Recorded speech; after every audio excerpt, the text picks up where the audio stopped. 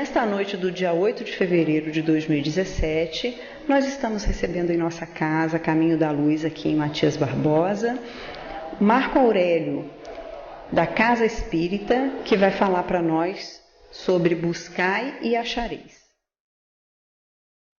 Boa noite, meus irmãos e minhas irmãs, muita paz. Pode ficar nessa distância? Muito bom a gente estar reunido, feliz 2017 para todos, né? A primeira vez que a gente se vê esse ano. Vamos falar do capítulo 25 do Evangelho segundo o Espiritismo. Buscais e achareis. São dois verbos muito importantes que Jesus, quando esteve entre nós, falava por histórias, parábolas. E em todas as histórias, Jesus usa verbos de ação. Isso não é aleatório. Primeiro porque a fala de um educador como Jesus precisa ser precisa, né? A fala de educadores do nível de Jesus tinha que ser precisa para a gente poder entender e se sentir convidado a segui-lo, né? Como a gente faz até hoje. Cada um no seu ritmo, né? Alguns conseguem seguir Jesus numa velocidade expressiva, né? Outros vão, como é o meu caso, passinhos de tartaruga, né? A gente vai andando devagar e sempre, né? Dá umas quedinhas ali, outras aqui, mas a gente aprende e vai seguindo. E Jesus usou sempre nas suas falas os verbos de ação. Por quê? Para que a gente haja, né? Para que a gente saia da zona de conforto, para que a gente esteja sempre fazendo coisas produtivas. A gente estava vindo conversando no carro e falando como tem pessoas que fazem 1000 coisas ao mesmo tempo e conseguem fazer as 1000 coisas mal feitas ao mesmo tempo, né?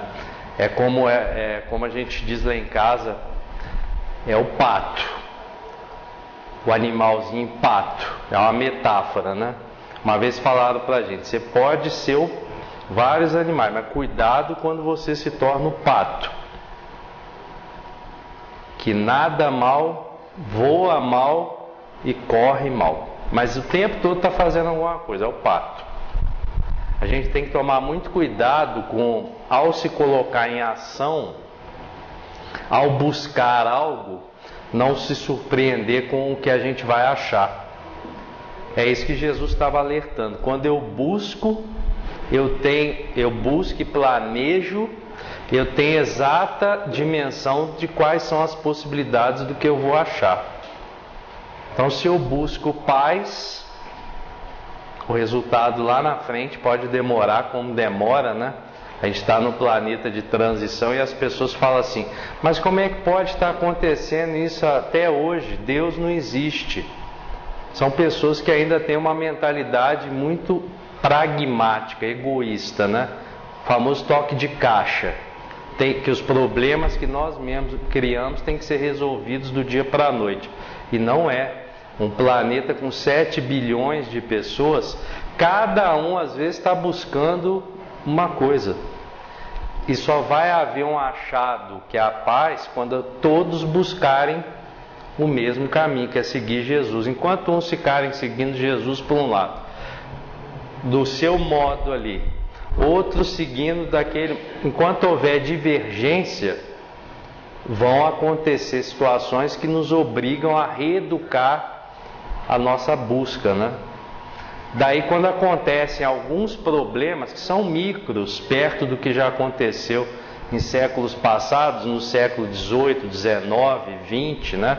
O século XX é um século muito pedagógico, porque nele nós cometemos vários crimes, né, morais. A humanidade realmente teve que repensar todas as buscas, e não é um povo ou um país que cometeu erros, foi generalizado o século XX, né? E aí agora nós temos esses próximos anos, né, que já estão, cada ano diminui um ano, da transição planetária, e alguns não vão mais estar entre nós, né? A gente daqui um tempo a gente vai renovar o passaporte para voltar para a Terra, e outros, não é porque o Trump não quer não.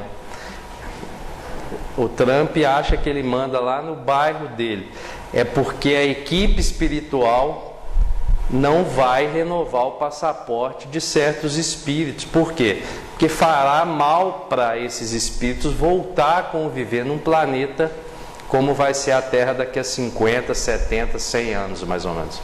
Então a renovação do nosso passaporte não é aquela que a gente vai lá na Polícia Federal e bate o carimbo, foi um bom menino, né? Viajou, não fez nenhuma coisa errada, pode voltar. Não. O passaporte moral, né? Que quem carimba são as altas esferas lá que Jesus comanda junto com Maria, enfim. A gente tem que então colocar na nossa agenda quais são as buscas, né? E essa é a primeira pergunta. Se buscar e achar são verbos de ação, o que eu ando buscando na minha vida? O que eu busco, né? Quando eu acordo todo dia, o que eu ando buscando, né? Em 2017, o que eu busquei em 2016, que eu estou achando em 2017, e o que eu estou buscando em 2017, que eu vou encontrar às vezes esse ano mesmo, né? Eu vou achar esse ano mesmo. Essa é uma pergunta que a gente tem que estar sempre se fazendo, né? É uma pergunta filosófica, é uma pergunta religiosa, né? Logo é uma pergunta que todo espírito e espírita deve fazer. E é uma pergunta científica, né?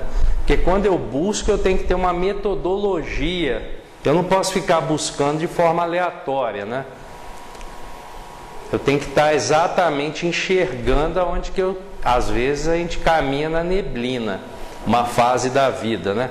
A gente está aprendendo, são experiências, mas a gente não pode tornar a nossa caminhada o tempo todo nesse ambiente de neblina, nebuloso, incerto, inseguro, porque isso gera o que alguns psicólogos vêm detectando como mal, entre aspas, né, do século 21, que é a depressão, que muitas vezes, né, que a medicina vem diagnosticando, muitas vezes a depressão nos visita, e pode visitar qualquer um, né? Qualquer um que não saiba o que está buscando, né? Qualquer um que não esteja orando e vigiando, qualquer um que coloque a vida material acima da vida espiritual. Aí a depressão bate a campainha e a gente abre a porta. Por quê? Porque a gente está frágil, né? A gente está sem referência. E a nossa referência moral tem que ser Jesus. E mesmo quando a gente está orando e vigiando, tem que orar e vigiar mais. Por quê? Porque nós ainda somos suscetíveis de cair, né? A gente tem que estar sempre buscando o melhor passo de cada vez que eu vou dar lá. Por quê? Porque aí eu vou achar exatamente a luz que eu quero encontrar lá na frente. Então o que eu ando buscando? Essa é uma pergunta que eu tenho que estar sempre me fazendo. Ou eu levo a minha vida, como diz o Zeca Pagodinho, né? Naquele samba, deixa a vida me levar, a vida leva eu, né? É o trem descarrilhado, é a jamanta sem freio, né? Vocês já experimentaram? Vai andar de bicicleta, mas tira os freios da bicicleta e desce essa ladeira aqui, ó, de olho fechado, para você ver a experiência. Você está buscando a adrenalina, emoção, mas você vai achar lá na frente alguma coisa que não é o que você espera nem deseja. E muita gente leva a vida como se fosse descer essa rua aqui, essa ladeira aqui, que vem carro na ida e na volta, ônibus, caminhão, carreta e bicicleta. Não saber o que eu estou buscando é igual descer ladeira com bicicleta sem freio, né? É emocionante até a hora que eu encontro um obstáculo que vai me ferir. Então a gente tem que tomar muito cuidado com o freio, né? Porque a vontade de fazer certas coisas é muito grande, mas, como diz um amigo nosso antigo, vontade de fazer coisa errada sempre vai estar visitando a gente que ainda está progredindo. Mas vontade dá e passa, né? Então a gente tem que saber muito bem o que a gente anda buscando, né? E tem uma história, que é uma história que a gente fala muito badalada por aí, que a gente conta para as crianças, porque se Jesus contava as parábolas, que qualquer criança que estivesse prestando atenção entendia, imagine adulto. O problema do adulto é porque ele já acha que sabe, aí ele não presta atenção. Não, isso eu já sei. E a criança, que é um espírito velho num corpo novo, em geral, fica mais atenta às historinhas. E havia uma família com 4 membros, o papai, a mamãe e os 2 adolescentes lá, estavam com 9 e 10 anos, pré-adolescentes. E eles viviam numa fazenda, numa fazendinha, igual na roça. Às vezes a gente vai visitar, chega lá, não tem Wi-Fi, não tem internet, não tem nada, a diversão é a roça. E essa família vivia lá naquele ambiente rural, bem afastado de tudo, só que eles tinham tudo que eles precisavam para ver. Teto, debaixo do teto tinha o conforto que eles precisavam. Se eles precisavam beber água, tinha na fonte. Se precisava de leite, tinha 2 vaquinhas para gerar o leite, que gerava o queijo, que gerava um monte de alimentos. Eles faziam pequenas plantações e sempre foi assim. O pai, a mãe e depois as crianças que nasceram, sempre cultivando o que iam comer, cuidando dos animais. Era a maior riqueza que eles poderiam ter. Até que, um dia passando por aquelas terras, apareceu um viajante. E o dono lá da fazendinha, da pequena fazendinha, o esposo convida esse viajante para fazer o pouso, né, para pousar, para dormir lá de um dia para o outro, para ele descansar, poder se alimentar, descansar e no dia seguinte seguir viagem. E durante o jantar, as crianças foram dormir, a dona da casa lavou tudo, foi dormir e ficou o dono da casa, o marido e o viajante. E o viajante começou a perguntar, ele estava muito curioso, como que pode uma família viver naquelas condições tão simples e ser feliz, né? Mas como que pode? Vocês têm 2 vacas, algumas galinhas, plantação disso, daquilo, mas de coisas básicas. Tem uma bica ali que dá água e vocês vivem aqui. Durante o jantar disseram que são felizes, mas como ser feliz nessa simplicidade toda? Não tem nada aqui para se divertir. E o dono da casa fala, não, mas nós somos felizes, porque a diversão maior é a família estar junto. A diversão maior é a gente plantar junto, colher junto. Essa é a diversão, essa é a felicidade, não é? E aí o viajante fala, nossa, mas como você pensa pequeno. Mal você está buscando só migalhas, você tinha que buscar o pão do bom e do melhor. Você está se contentando só com as migalhas. Quem busca migalha vai sempre achar migalha. Como que você acha que a vida é só isso? E aí o dono da casa põe uma minhoquinha na cabeça dele, né? O viajante põe uma minhoquinha. E ele fala, mas isso não é felicidade? Então o que é felicidade? E o viajante fala, olha, tem uma pedrinha verde, muito rara, e essa pedrinha é capaz de te dar as maiores felicidades que você nunca conheceu na vida. As melhores comidas, bebidas, viagens, imagens, sensações. Não essa casa aqui que você vive, você pode, se você encontrar essa pedrinha, você pode ter várias casas, muitos palácios, você pode ter servos ao seu dispor, você nunca mais vai precisar plantar nada com as próprias mãos, você só vai usufruir.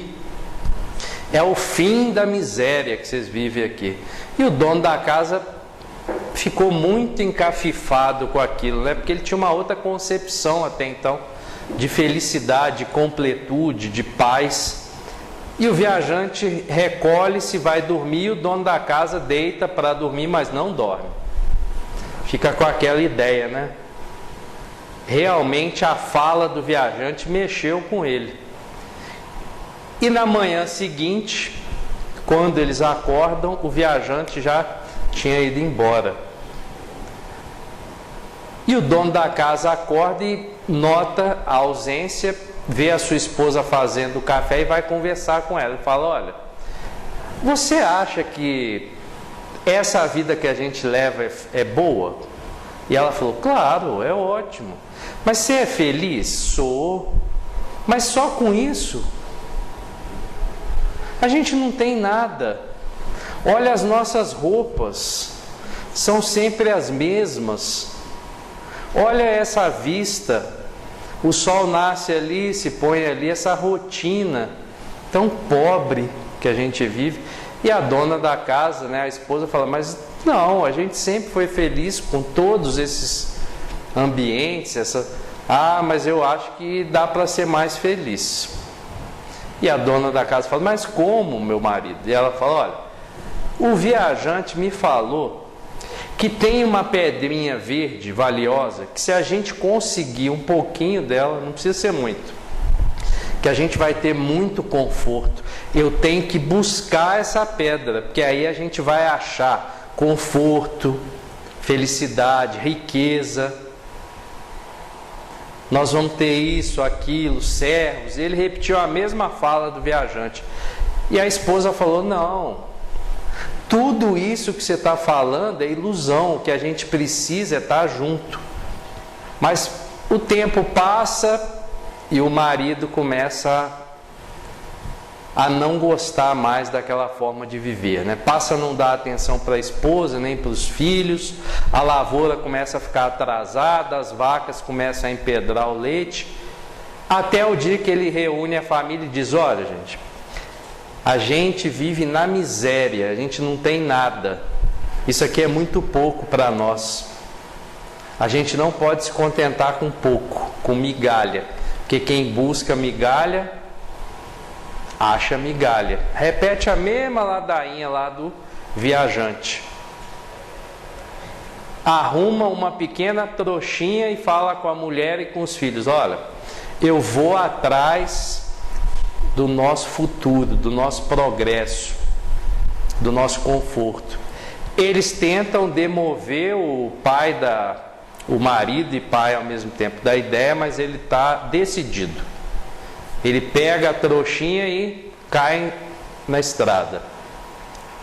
E aí passa 1 mês, 2 meses, 1 ano, 2 anos, 5 anos, 10 anos, e nenhuma notícia do nosso personagem central aí, do chefe de família. E ele vai pelo mundo, né? Viaja todos os continentes em busca da pedrinha verde. 20 anos depois, ele retorna. E quando ele volta, 20 anos, seus filhos envelheceram 20 anos, já são quase trintões. A mulher já está batendo ali os 50, 60 anos. E ele volta e ela está lá arando um pedacinho do solo, quando ela olha no horizonte e vê uma pessoa vindo com muita dificuldade, caminhando, mas muito devagar. Um farrapo humano, né? O que muitos dizem, o resto do que sobrou do ser humano. Um cadáver ambulante, 20 anos mais velho, que ela olha e tem dificuldade de entender quem era, até que chega bem perto e ela vê pelos olhos que era o esposo, completamente destruído fisicamente, adoecido, fraco, à beira de desencarnar. É assim que ele volta. E ela o recebe, o alimenta, está muito doente, né? E ela pergunta: e aí, meu bem, como você sumiu, né? Quanto tempo? Buscou? Ele responde: busquei, Achou? Achei. Todas as mazelas do mundo, todas as doenças que eu consegui ter, todos os problemas, em 20 anos eu colecionei só derrotas, nenhuma vitória. O tempo todo eu estava pertinho da tal pedra lá, mas aí alguém sempre me falava, não, aqui não, tem que ir para lá, lá não, tem que ir para cá. Então ficou rodopiando o mundo atrás da tal pedra, né? E a esposa lamenta muito, ele chora, ele pede desculpa, os filhos chegam e eles estão ali reunidos de novo. Há um perdão, né, estabelecido. Os dias vão passando, noites muito frias, né, muito escuras, e num dado dia a mulher está alimentando o seu marido ali à mesa com sopinha, né, para ele voltar a ter forças, mas estava muito próximo já da desencarnação, já não tinha mais, era manter ali decentemente até ele desencarnar. E o marido está sentado numa cadeira, a vela à sua frente, ele começa a ver um brilho muito grande à sua frente, né? Com uma visão bem turva, bem limitada já, mas ele começa a ver o tempo todo um brilho muito grande. E ele chama a mulher e fala, mulher, tem alguma coisa ali naquela parede do fundo da nossa casa. E ela vai com a velinha lá pertinho da parede do fundo, e quando ela ilumina tem um paredão verdinho. Era um paredão que era formado pela tal pedrinha verde, que ele saiu pelo mundo para buscar. Mal sabia eles que ao fundo onde fora construída a casa, que eles mesmos construíram, a parede que sustentava boa parte da casa era feita da tal pedrinha verde, de esmeraldas, né? Ele havia percebido, né, depois de destruir a sua vida, que a tal pedra verde era a pedra que sustentava a parede principal da sua casa. O tempo todo a pedrinha estava lá dentro. E ela só era importante porque ela sustentava o teto onde eles viviam. Não tinha valor nenhum, além desse, né, valor principal de sustentar a casa. Mas o viajante aguçou, né, a curiosidade com aquela tal pedrinha verde, que o tempo todo estava ali dentro de casa. Ele tinha uma fortuna que não ia salvá-lo mais. Por quê? Porque ele fugiu para buscar exatamente aquilo que já estava achado, né? Que não era a pedrinha verde, mas sim o valor da família, né? Que a vida dele só fazia sentido quando estavam os quatro juntos. Quando um saiu, os três continuaram evoluindo. Sofreram muito com a ausência do pai, mas eles continuaram tocando a vida, porque as pessoas nascem, desencarnam, e a gente tem que continuar tocando a nossa vida. A gente sofre, chora, a gente busca consolo, né, no Espiritismo, e acha, mas a gente tem que continuar a nossa vida, as pessoas estando aqui entre nós ou não, porque na verdade elas sempre vão estar. Nós é que não temos a lente espiritual ajustada para enxergar que elas vão e voltam e estão junto, ajudando a gente a evoluir. Mas a gente quer pegar na carne, a gente não aceita aquela dica. Está aí do seu lado, você que não tem sensibilidade espiritual para parar de pensar em matéria e começar a cultivar o espírito. E esse pai de família, ele desencarna algumas horas depois, com uma tristeza muito grande, porque a ilusão que foi plantada na sua cabeça naquela noite, quando o viajante passou pela sua casa, ele resolveu cultivar, buscar uma ilusão para tentar achar uma solução do que continuar investindo na sua família, né? Em vez dele buscar cada vez mais integração com a família, que já era forte, a tal casa na rocha, né? Tem a rocha e tem a areia. Ah, mas construir casa na rocha é muito difícil. Claro, ué, porque ela dura mais. Na areia é fácil, mas ela não dura. Mas às vezes a gente vai lá na areia e constrói o maior palácio. Aí primeira onda que vem, leva a gente, a ilusão, tudo que a gente botou lá. Enquanto que o outro vai lá e constrói uma casinha simples, né? Singela na rocha. Vem tsunami, furacão, onda, vem tudo. Dá uma tremidinha, mas não sai do lugar. Então esse exemplo da família, né, e da pedrinha verdinha, né, a esmeralda, que é uma das pedras mais valiosas no mundo hoje, né, depois do diamante. Quantos ainda não buscam essa pedra e que se observassem um pouquinho, não é na parede do que sustenta a casa não, porque dentro de cada casa nossa tem paredes com pedras preciosíssimas. Mas isso não é o mais importante. O mais importante são aquelas pessoas que estão debaixo do teto com a gente. São essas pessoas que a gente busca a vida inteira, né? E a gente acha que é a nossa família, os amigos. E antes da gente reencarnar, é feito um planejamento muito especial, né? Quem vai para casa de... Quem vai para qual família para compor tal casa? Qual a necessidade de eu estar em tal lugar para eu ter uma busca e achar?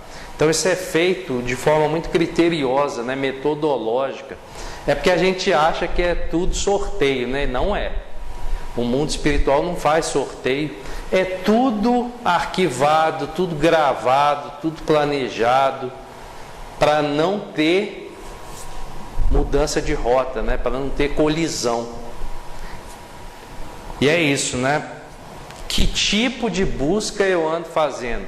É a busca desse homem que foi influenciado, ou é a busca daquele que foi influenciado pelo viajante ou que foi influenciado por Jesus, né? Que Jesus nos influenciou, nos influencia e vai continuar nos influenciando. Depende da gente ouvir, né?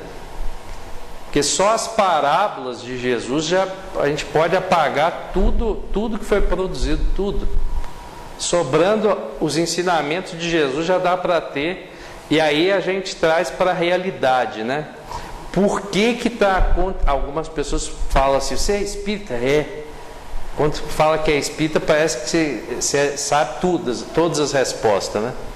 Se é espírita, é. Por que está acontecendo aquilo lá no Espírito Santo? Por que as pessoas... A polícia está de greve. Por que as pessoas estão entrando nas casas das... Algumas, né? Entrando nas casas das outras, ou entrando em comércio alheio, né? Que não é meu, e pegando coisas sem pagar. Por que está acontecendo? Por que uma pessoa entra numa loja, quebra a porta da loja, pega uma televisão de 50 polegadas, que ela não pagou para ter, ela pega e leva para a casa dela, põe lá e liga e começa... Por que uma pessoa faz isso? A resposta é, porque os viajantes que andam influenciando essa pessoa não estão a serviço de Jesus, ainda. Quem anda influenciando essas pessoas a ter esse comportamento não são seguidores de Jesus, ainda. Ela está seguindo outros viajantes, não aqueles que Jesus sentou à mesa na última ceia, por exemplo. São pessoas que ainda acham que ter uma televisão de 50 polegadas, eu vou ter, custe o que custar, ou não custe o que não custou, né? Eu quero esse bem, eu não tenho condição, mas a polícia não vai me prender, então eu vou lá e pego o bem e levo para minha casa. Quer dizer, em resumo, tem que ter polícia para a gente ser moralmente equilibrado? Não, tem país que não tem nem exército, como a Costa Rica, não tem forças armadas, nem exército. E o índice de criminalidade existe, porque a gente está num planeta de transição, mas não tem exército. E aí quando a gente descobriu isso, um amigo nosso viajou, foi para lá, não tem essa história de força especial, forças armadas, exército, marinha, não.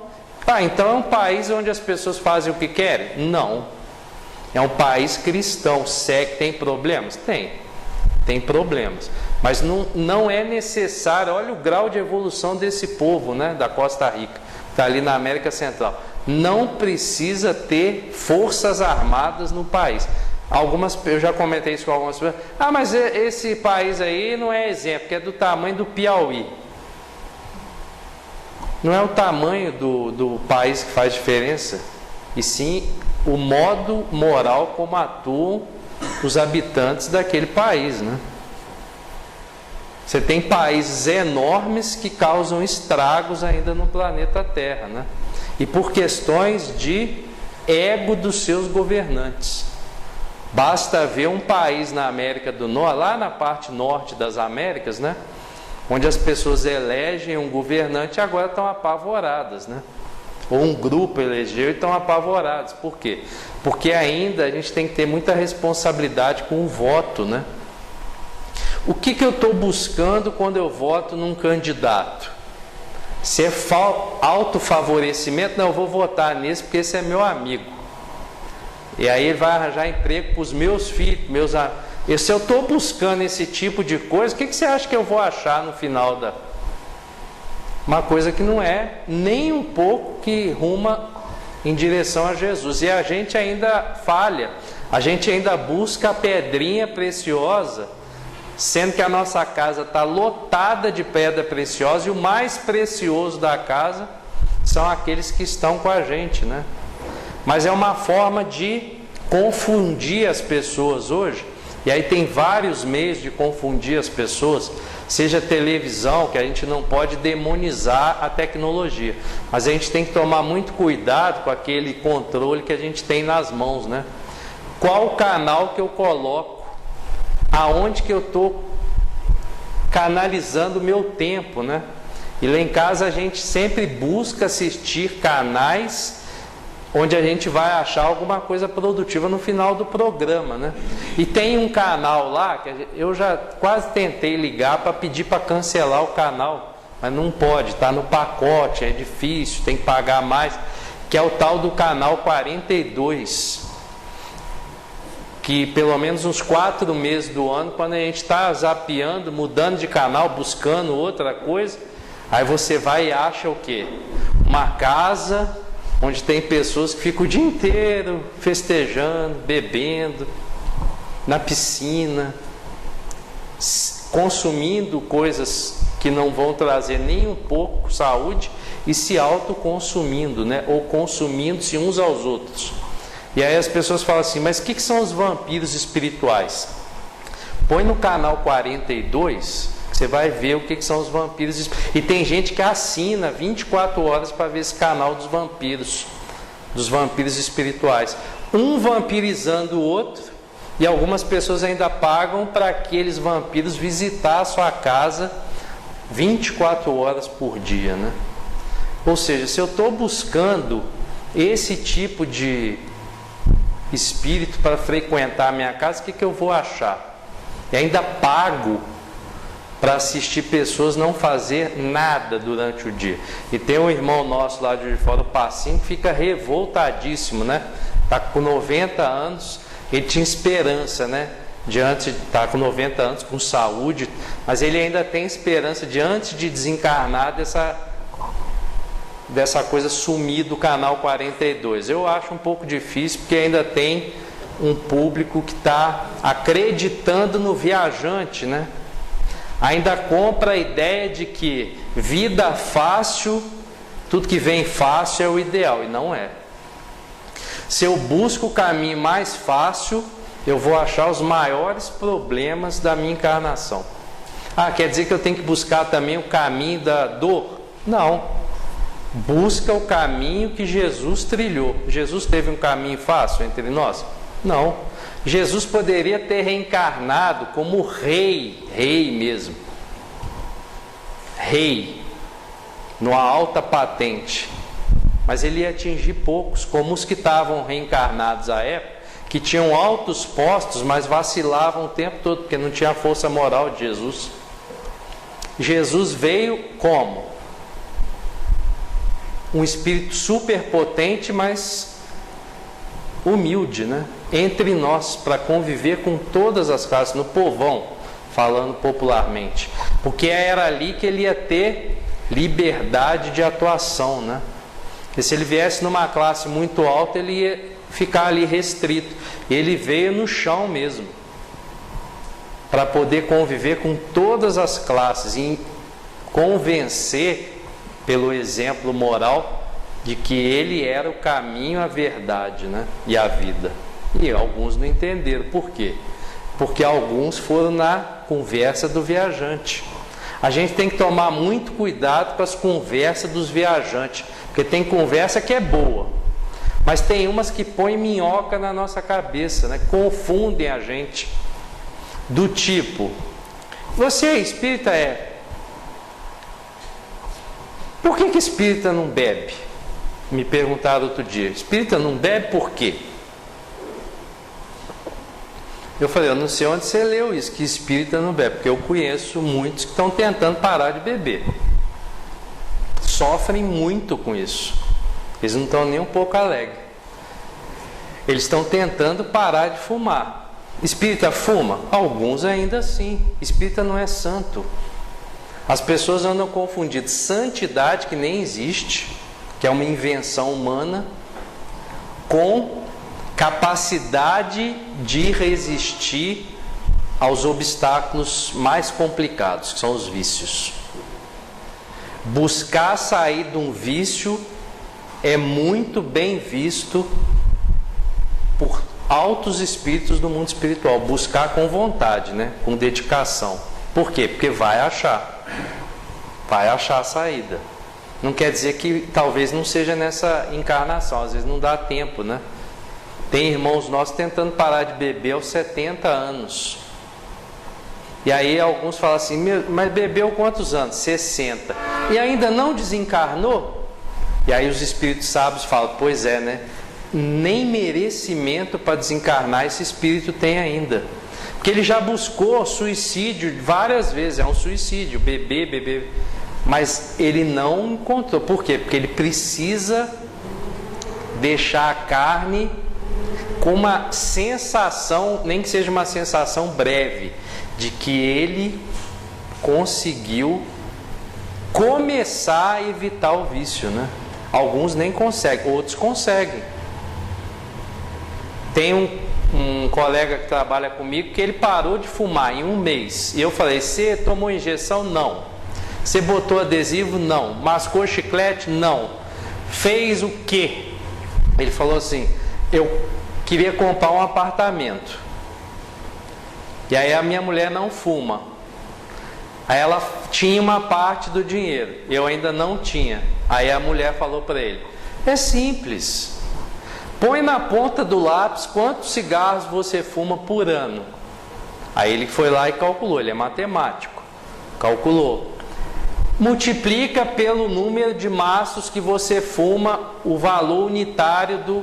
Na hora que ele calculou, ele estava fumando 2 carros popular por ano. Que ele fumava 5 maços de cigarro por dia. 100 cigarros. Todos os dias. E não tem nem 30 anos. Aí eu perguntei para ele, mas por que você fuma? Por que você fumava? Ele falou assim, porque eu gosto, é gostoso, me dá prazer. Mas não faz mal? Dizem que sim, mas eu sou novo, me dá prazer. Aí eu falei, mas por que você parou? Porque eu estou buscando comprar um apartamento. E para eu achar o resultado dessa busca, eu tenho que ter dinheiro. No caso dele, é uma visão bem material mesmo, bem pragmática. Eu fiz as contas e pronto. com essa economia que eu vou fazer, eu estou conseguindo empatar a verba lá que é necessária e já estou me sentindo muito mais saudável, né? Quer dizer, às vezes a gente para com o vício porque cria-se uma demanda, né? As pessoas querem ter a própria casa. E para ter a própria casa, às vezes tem que fazer economia, geralmente tem. E qual é a economia? O que eu posso cortar? Alimentação? Não. Transporte? Nem sempre. Mas ele olhou, ele buscou uma solução e achou. O que é mais doloroso? Cortar a alimentação ou cortar o cigarro? Dá para a gente viver fumando para se alimentar? Ele achava que sim, mas quando ele pôs na ponta do lápis, acabou. Não fuma mais. E aí eu perguntei, mas não dá vontade? Porque espírito é curioso, né? Não dá vontade de fumar? Ele falou, olha, no Réveillon eu fumei 2 cigarros. Porque eu senti vontade de tomar uma cervejinha e é uma venda casada, né? Fumou, tem que beber. Bebeu, tem que fumar. Aí eu falei, como você se sentiu no outro dia? Ele, muito mal, fisicamente. Uma dor de cabeça terrível. E aí ele virou para mim e falou assim, a culpa foi dos 2 cigarros, né? Eu falei, e da cerveja? Por que você está tirando a cerveja da culpa? Não, mas eu sempre bebi. Eu falei, olha, põe na ponta do lápis a cerveja também. Que aí você vai conseguir colocar os móveis que você quer lá dentro do seu apartamento. Você não quer uns móveis confortáveis e tal? Então, olha a economia que você vai fazer. Isso não adianta. Aí eu até perguntei, você tem religião, meu querido? Não. Mas eu acredito que tem uma inteligência que, quer dizer, ainda não definiu para onde que quer ir, mas já tem a intuição, porque a gente tem. E aí ele foi me perguntando, como é que é? Aí já começa, né? Porque pode ter o viajante que tem boas intenções. Nesse caso aí eu estava agindo como o viajante espírita, né? Que ele fica jogando as sementinhas, né? Ó, parou de fumar, agora vamos organizar para parar de beber, que aí você vai ter um capital ali para você, daqui a um tempo nasce seu filho. Aí começamos a conversar, ó, quando você tiver filho, como é que você vai fazer? Vai beber na frente do filho? Porque hoje os grandes problemas que nós temos com os jovens é o exemplo deficitário dado pelos pais. E aí você vai em alguns ambientes, tá lá a família toda reunida, o pai bebendo cerveja, a mãe bebendo cachaça, e depois o menino começa a usar crack com 14 anos. Fala que mas é o destino. Não, é a falha de educação. Se você usa droga na frente de jovens e crianças, elas vão sentir curiosidade, a não ser que seja um espírito iluminadíssimo, que não é o caso em geral ainda na Terra, né? Então a gente enfrente a criança, mas são espíritos velhos em corpos jovens. Sim, mas às vezes o ponto de virada vai ser o exemplo de quem está perto. Então por isso que a gente tem que tomar muito cuidado com as nossas buscas e com os nossos achados.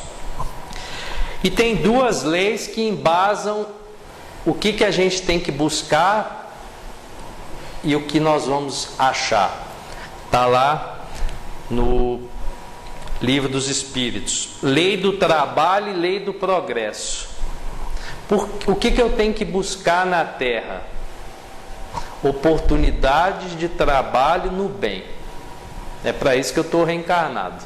Eu não reencarnei para ir para a praia todo janeiro, posso ir. Nós lá em casa temos um acordo. Não vamos. Quando a gente vai para a praia, a gente fica lá, a Elaine às vezes quer entrar, mas dá de cara com uma placa, igual a gente foi um tempo atrás. Chega, vamos para a praia, estava num evento, vamos lá conhecer a praia. Chegou lá, falou, ó, só pode ir na areia, porque tem tubarão lá. Eu falei, graças a Deus que tem tubarão. Que a gente não precisa nem entrar na água, porque fica aquela água pegando. E quem é branquelo está perdido, né? Toma um dia de sol, já queimadura de 3º grau. E aí O que eu estou fazendo na terra? Quer dizer que a gente não pode se divertir? Pode, deve. Jesus se divertia. Os filmes que mostram Jesus, alguns enfatizam muito a parte final da vida de Jesus, que são os últimos dias, né? Sofrimento da carne, não do espírito. Jesus não sofreu em nenhum momento. Jesus ficava triste com as nossas quedas. Mas Jesus estava o tempo todo ciente do que poderia acontecer, sabia que a gente ia, tanto que ele fala: você vai me negar tantas vezes, você vai me trair, você vai me... Jesus sabia, é um espírito de alto calibre de percepção, sabia com quem ele estava lidando. Por isso que ele fala: perdoa, Pai, porque eles são crianças, eles não sabem o que fazem, eles vão cair. Mas tem outras chances, né? A gente vai ajudar eles. Eles ainda estão buscando a pedrinha preciosa, né? E o que eu estou fazendo, né? Encarnado, eu tenho que buscar oportunidades de trabalho no bem. Então eu posso me divertir? Posso, como Jesus se divertia. Jesus era muito alegre. Há pouco tempo a gente viu um filme, passou Jesus com os apóstolos, era uma alegria, eles brincavam, mas uma forma sadia, que às vezes a gente até estranha hoje. Uma pessoa chega perto da gente com alegria, e o que será que está querendo de mim, né? Você manda uma mensagem na rede social, bom dia, a pessoa te dá uma resposta, e aí você fala: meu Deus, imagine se não fosse espírita. Imagine se não fosse espírita. Porque sendo espírita, lendo o evangelho, em mesa mediúnica, te dá uma resposta dessa, veste a camisa do Chico Xavier e vai para a rua fazer propaganda. Aí na hora que você dá um bom dia, a pessoa te dá uma esculhambada danada, te dá uma cala a boca, que esse grupo não é para dar bom dia, é só para dar aviso. O que a gente está fazendo encarnado, né? A resposta é: buscando sempre estar disponível para fazer o bem. Seja aqui no CECAL, seja na sua casa, no emprego, né? O Brasil tem 13 milhões de brasileiros, né? De espíritos encarnados sem emprego. Na verdade, eles estão fazendo alguma coisa para sobreviver, mas não tem emprego. E quantos têm emprego que a gente conhece e os nossos ouvidos ouvem todo dia: eu não aguento mais essa vida. Como? Tem 13 milhões querendo essa vaga. Você tem e está reclamando? Esse negócio de cumprir o horário não é comigo não. Tem que cumprir horário? Tem que pôr o dedo lá para entrar, para sair? Tem que ter regra? Mas se não tivesse regra eu ia ser mais feliz. A gente não tem condição ainda de ser feliz sem regra. Não tem. A gente não tem disciplina. Nós que trabalhamos em escola, às segundas-feiras, em certos ambientes que nós trabalhamos, segundas-feiras, alguns anos atrás, a gente chegava para trabalhar à noite, aí a diretora da escola falava assim: olha, Marco, não sei para que você veio hoje. Por quê? Não veio ninguém, só você. Tem 10 pessoas, só veio um. Os outros 9, atestado. Mas como atestado? Atestado. Mas atestado de quê? Tá todo mundo com mal-estar. Aí você ia olhar os atestados. Todos com problema no fígado ou no sistema digestivo, todo mundo com problema gástrico. E aí um dia eu conversei com uma pessoa que é da área médica e falou assim: pois é, mano, a segunda-feira no Brasil é crítica, é recorde mundial de atestado. Por quê? Porque as pessoas enchem a cara na sexta de álcool, enche mais ainda no sábado, no domingo, que é domingo tem que encher, porque senão não consigo. Na segunda-feira haja fígado para aguentar filtrar 50 litros de álcool às vezes, acumulado nesses 3 dias.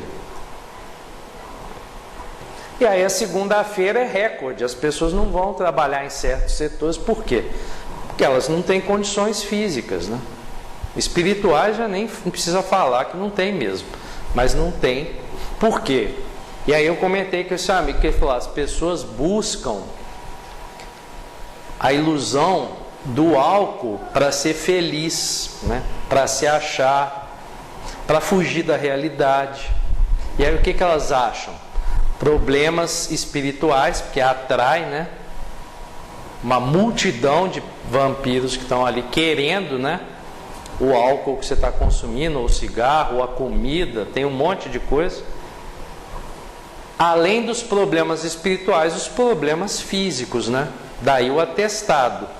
Você não consegue chegar no médico e falar assim, me dá um atestado. É por quê? Porque eu estou desequilibrado espiritualmente. Não vai te dar. Você fala assim, não, porque eu estou com problema aqui no fígado. Te dá na hora. A gente tem que tomar muito cuidado com o que a gente anda buscando, né? Porque a gente está tranquilo e às vezes a gente fica buscando mares nunca antes navegados, que a gente nem tem o mapa de navegação do lugar. Por quê? Porque algum viajante vai lá e fala com a gente, não, é ali que está a solução da nossa vida, e não é. A lei do progresso é a outra lei importante. Para que eu estou na Terra? Para trabalhar. Eu posso ter meus momentos de lazer como Jesus tinha. Trabalhava e reunia com as pessoas que estavam ali e festejava. Festejava o que? A vida. Festejava a união. Festejava a alegria de estar junto, né? De estar junto com pessoas que acreditam na mesma coisa que a gente. Qual? Em Deus. E a lei do progresso. Pode ouvir conversa de viajante. Pode adiar o progresso, mas o progresso vai chegando. Por mais que a gente adie, todo dia a gente progride um pouquinho. Com alguma coisa que a pessoa fala pra gente, com alguma coisa que a gente ouve, lê. E aí tem a doutrina espírita, né? Não tem mais desculpa, né? Porque olha a quantidade de obras que só o Chico Xavier nos deixou, quase 500, né? E era só 50 inicialmente. O Chico o Emmanuel falou, olha, você aguenta? É só 50. E o Chico só veio mesmo, se ele aceitasse, para 50 obras. E aí ele multiplicou isso por quase 10. Olha só o que o Chico buscou e o que ele achou. E aí você vai ver a história do Chico Xavier. Uma pessoa que olha só a casca e fala assim, não é possível.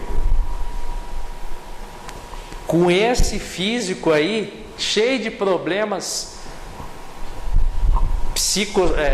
cheio de problemas somáticos, né? Do soma, do corpo. Tinha problema na vista, na coluna, na perna, tudo. Mas o invólucro tinha problema, a embalagem era frágil, como a gente tem um corpo frágil, alguns mais, outros menos, mas o conteúdo espiritual que estava ali dentro era a prova de tudo. Por quê? Porque o Chico colocou na cabeça que ia seguir Jesus, e aí botou na cabeça, pode vir igreja católica igual veio tentar sabotar, pode vir outras religiões, pode vir inveja, pode vir família, né? O Chico tinha problemas internos de inveja dentro da família. E como que ele tratava isso? De uma forma amorosa, né? Outro dia a gente estava lembrando que o Chico foi convidado a se retirar da própria família, né? Por quê? Porque ele estava trazendo problema, né? Porque ele estava ficando famoso. Ninguém entendia nada, né? Se ficar famoso é ter que se privar como o Chico fez, a gente tem que ficar famoso. A gente tem que buscar a fama do Chico. Que era a fama do quê? Disciplina, disciplina e disciplina. Às vezes tem que trabalhar 22 horas sem parar. Primeiro lá na profissão e depois na psicografia. Por quê? Porque era urgente, né? Uma vida na Terra é muito rápido quando comparada com a eternidade. Então ele tinha que ser rápido. E tinha que codificar muita coisa num espaço de tempo muito curto e com muita responsabilidade. Por quê? Porque ele ia ser avaliado. Como foi? Mandaram as obras do Chico para o exterior. Ele foi caluniado de copiar pessoas, autores, escritores, e provaram que ele era lícito, que ele era correto. Por quê? Porque ele buscou seguir Jesus. Buscou seguir Jesus, gente. Pode vir todas as chagas que vierem, não derruba o espírito forte. Então, olha, a lei do trabalho e a lei do progresso. Como que a gente progride? Seguindo Jesus. Como que a gente trabalha? Como Jesus fazia.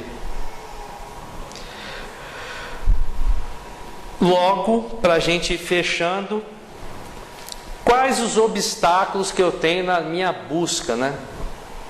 De seguir Jesus, de acreditar e colocar em prática. Qual o obstáculo? E aí o livro dos Espíritos responde: obstáculos à lei do trabalho e à lei do progresso. Primeiro, orgulho. É o primeiro veneno que eu coloco na minha água, é o orgulho. Se eu beber dessa água, em pouco tempo eu estou completamente falido, moralmente. Posso estar muito forte, né? Como você vê aí, grandes empresários, têm grandes posses, né? Um até agora foi pego aí, né? Era um dos homens mais ricos do mundo, né? Mas moralmente era um dos homens mais pobres do mundo. E algumas pessoas falam assim: não, esse nunca vai cair, não pode, tem muito dinheiro. Acabou essa história na Terra. Você pode ter muita pedrinha preciosa, se você não for moralmente equilibrado, vai para o abismo e cai. Tá aí. Muitas pessoas duvidavam: duvido se eu vou ver uma pessoa que tem bens e dinheiro enclausurada. Está aí a resposta, a transição planetária está acontecendo. Tem vários. Por quê? Porque a justiça divina chega. A dos homens vai falhando, mas o mundo espiritual é 24 horas trabalhando, incessantemente. Orgulho e o outro, que é o companheirinho do orgulho, né? Que anda de mãozinha dada. Sai o orgulho para passear, vai o egoísmo atrás. Aí eles dão a mãozinha e vão fazendo um estrago pelo mundo, né? E tem pessoas que conseguem ser PhD em orgulho e egoísmo. São aquelas pessoas que largam tudo e vão atrás da história do viajante, buscar a pedrinha, sabe lá onde. E como que elas voltam? Aos pedaços, né? Fisicamente e moralmente. Então, são duas pedras que a gente tem que tirar quando a gente vai caminhar com Jesus. Porque Jesus caminhava tranquilamente em qualquer solo, seja quem estivesse do lado, com o mesmo equilíbrio. São duas pedrinhas, elas são pequenininhas, mas elas causam um estrago na nossa caminhada, o orgulho e o egoísmo. São pedrinhas que não são preciosas, mas dão muito problema na preciosidade que é o nosso caminhar. Muita paz para todos nesse ano de 2017, que a gente busque e ache, busque Jesus, porque nós vamos achar, estar, servir, crer e imitar Jesus. A gente tem que buscar imitar Jesus, porque o resultado é sucesso no final, sucesso espiritual. É isso que a gente quer em 2017, os próximos 70 anos de encarnação na Terra, que é o que a gente vai ter mais ou menos em média, cada um pouquinho, 50, 60, 70 anos. Eu queria ter mais 80, mas eu me contento com 60. Né? Se for para fazer coisa boa, eu quero continuar ficando, e vai ser boa. Muita paz para todos, um ótimo 2017, e até a próxima conversa aí que a gente possa ter. Um beijo no coração de vocês.